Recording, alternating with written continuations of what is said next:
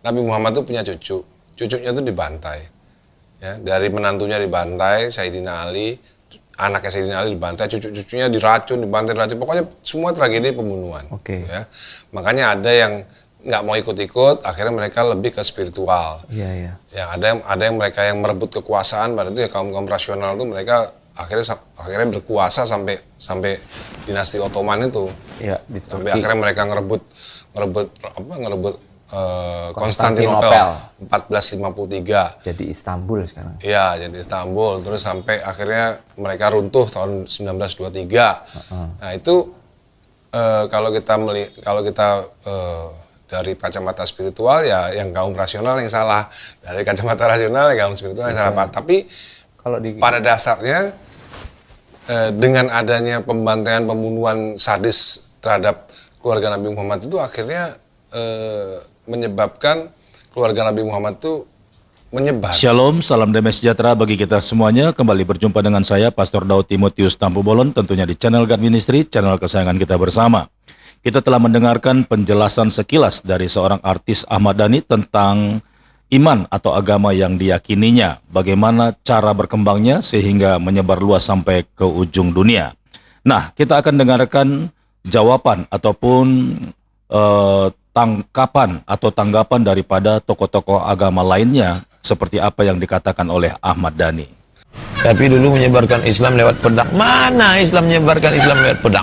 Tunjukkan sama saya mana Islam menyebarkan lewat pedang. Kalau seandainya ada orang Nasrani, Yahudi, semua orang kafir yang mengatakan kepada Anda Islam dikembangkan, diekspansi dengan perubahan darah, katakan iya. Memang iya. Tapi dulu menyebarkan Islam lewat pedang. Mana Islam menyebarkan Islam lewat pedang? Tunjukkan sama saya mana Islam menyebarkan lewat pedang. Mana Islam menyebarkan Islam lewat pedang? Tunjukkan sama saya mana Islam menyebarkan lewat pedang. Subhanallah, semalam ada yang bertanya pada saya di Kalibata City waktu saya ngisi taklim di sana. Ustadz, bagaimana pendapat Ustadz bila ada orang-orang Nasrani yang mengatakan Islam itu diekspansi dengan pertumpahan darah, dengan jihad? Itu subhanallah, saya bicara hampir 45 menit mungkin hanya menjawab pertanyaan ini. Waktu itu saya bilang, kalau seandainya ada orang Nasrani, Yahudi, semua orang kafir yang mengatakan kepada Anda Islam dikembangkan, diekspansi dengan perubahan darah, katakan iya. Memang iya. Karena banyak orang Islam, subhanallah, kayak orang yang ketakutan kalau dikatakan Islam itu disebarkan dengan pedang. Saya katakan ikhwas sekalian, memang Islam dikembangkan dengan pedang. Jihad itu dikumandangkan memang dari dulu. Ada pengembangan Islam dengan dakwah, ada pengembangan Islam dengan pedang. Maka kerusakan budaya di Arab tidak mungkin akan kembali pulih dalam waktu dekat. Jangan harap martabat bangsa Arab akan pulih 50 tahun akan datang. Sekarang ini bangsa Arab asfalis safilin. Di mata dunia tidak terhormat sama sekali. Di mata dunia bangsa Arab bangsa yang dianggap biadab. Tidak ada hukum, tidak ada hak asasi manusia, tidak ada ukhuwah Islamiyah maupun watoniyah, tidak ada. Semua menggunakan senjata kekerasan. Nyawa sangat murah, membunuh sangat murah. Pada Islamnya sama ahli sunnah jamaah, sama ahli sunnah jamaah itu kebanyakan. Syiah cuma sedikit Syiah. Sama-sama satu warga bangsa, tapi perang telah menjadi keseharian, sehari-hari yang terjadi di Suriah, di Irak, Afghanistan, Yaman, Libya sampai sekarang belum selesai. Mesir lumayan, Tunis lebih baik, tapi jangan harap mereka akan mampu kembali membangun martabatnya selama 50 tahun. Pertama kita bersyukur kepada Allah diberikan nikmat iman. Di luar sana ribuan setahun murtad di Indonesia. Semua agama sama. Pemurtatan merajalela. Ribuan orang murtad per tahun. Pertumbuhan gereja 5 tahun terakhir di Indonesia 380% per tahun. Pertumbuhan masjid hanya 180. Saya bicara selalu pakai data karena saya orang akademisi. Kelemahan umat Islam ada 5. 1, suka bicara tapi tidak punya data. Kedua, suka mengeluarkan statement tapi tidak punya argumen. Yang ketiga, suka berdebat tapi tidak berbuat. Yang keempat, suka berkumpul tapi tidak punya kesimpulan. Yang kelima, suka kerumunan tapi tidak punya keputusan. Umat Islam seperti buih, kata Rasulullah. Mayoritas tapi tidak berkualitas. Dan mengurus alam, itu SOP. Lalu setelah itu program itu gagal, mulai masuk ada namanya pola bantuan pendidikan. Sekolah-sekolah gratis buat anak-anak, apalagi perempuan pakai jilbab, pintar. Jangan lepas jilbabnya, udah masuk aja, kita nggak paksa kamu jadi Kristen kok. Tapi tiap bulan dibantu, kan malu lama-lama orang. Lalu program keuangan, kesehatan, lalu makanan yang bagi-bagi itu. Lalu ada program Car Free Day. Lalu mulai mereka masuk ke rumah-rumah. Karena apa? Karena setiap program itu gagal di Indonesia, gagal total. Alasannya bagaimana caranya tiba-tiba kok gagal? Terus apa karena akidah orang Islam kuat, dan akidah Islam membuat muslimin wal muslimah menggunakan otaknya secara proporsional. Karena di luar Islam, maaf jangan tersinggung ya, jangan marah. Ini bukan menghina, menghujat atau menyerang, tidak. Hanya Islam yang mengajarkan umatnya untuk menggunakan otaknya. Saya nggak tahu kalau di tempat lain mungkin pada saat Allah bagi-bagi otak dia nggak datang. Kan kita nggak tahu, ya kan? Kita nggak tahu kan, apa dia datang apa enggak. Tapi hanya orang Muslim yang diajarkan, bahkan pola hidup saja diajarkan. Artinya apa? Balance antara otak kiri dan otak kanan. Manusia kan punya 2, ya kan? Kalau art itu yang sebelah kanan, ya kan? Kalau yang matematika sebelah kiri, eksakta dan art gitu kan? Dan itu dipakai secara seimbang hanya jika orang ini beragama Islam. Karena agama Islam mengajarkan itu. Contoh, potong kuku aja diatur. Iya.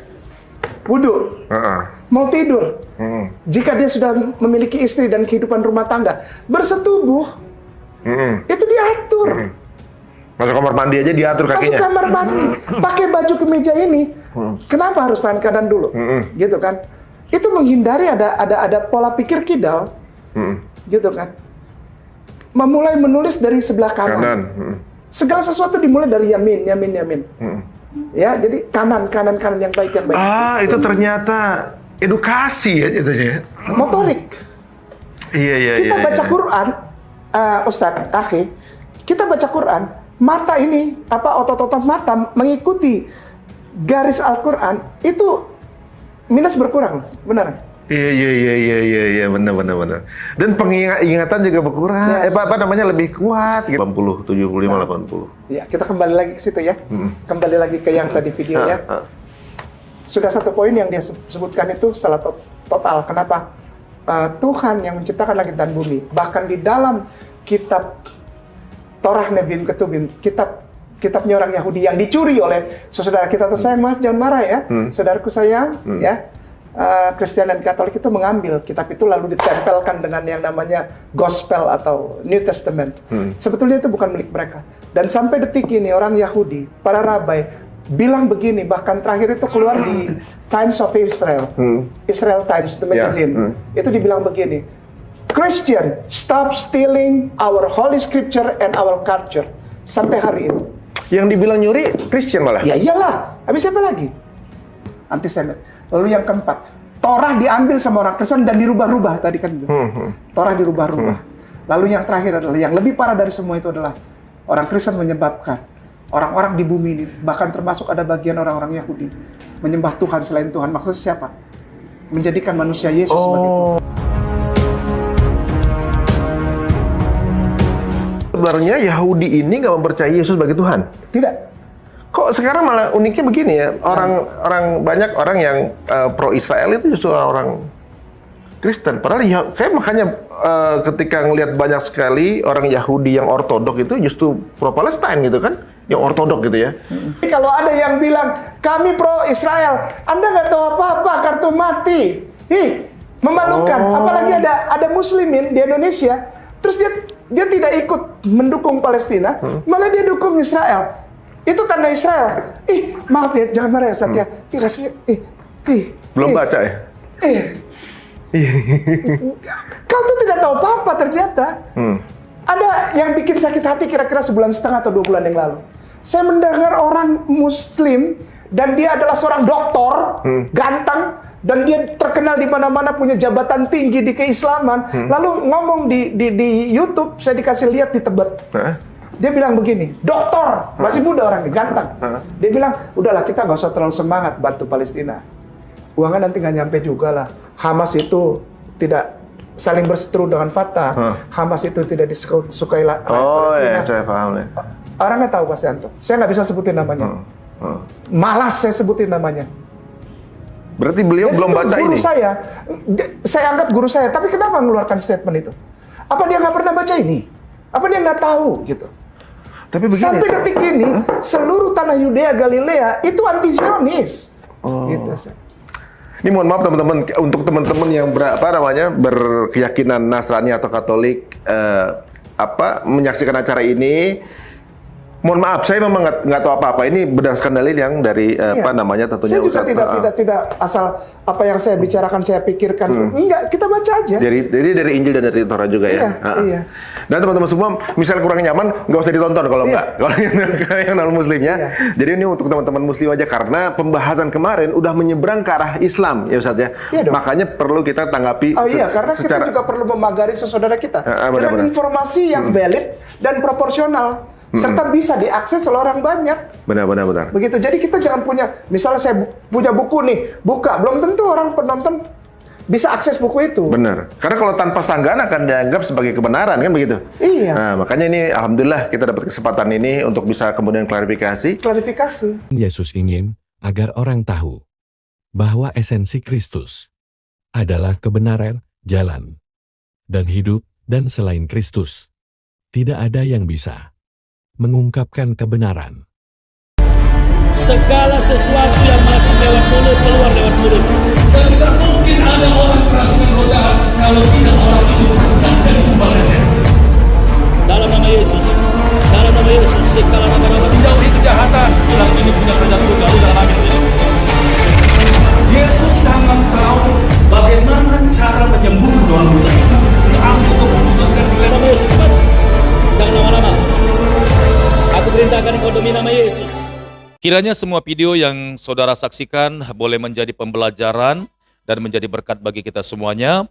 Dan lewat video ini kita semakin semangat dan semakin setia dan semakin dekat dengan Tuhan. Sebagai orang-orang yang percaya, patutlah kita banyak belajar dan membaca Alkitab sebagai pusat iman kita dan lebih meyakininya agar iman kita tidak goyah sampai Tuhan Yesus datang kedua kali. Sampai jumpa di video berikutnya. Tuhan Yesus memberkati. Shalom.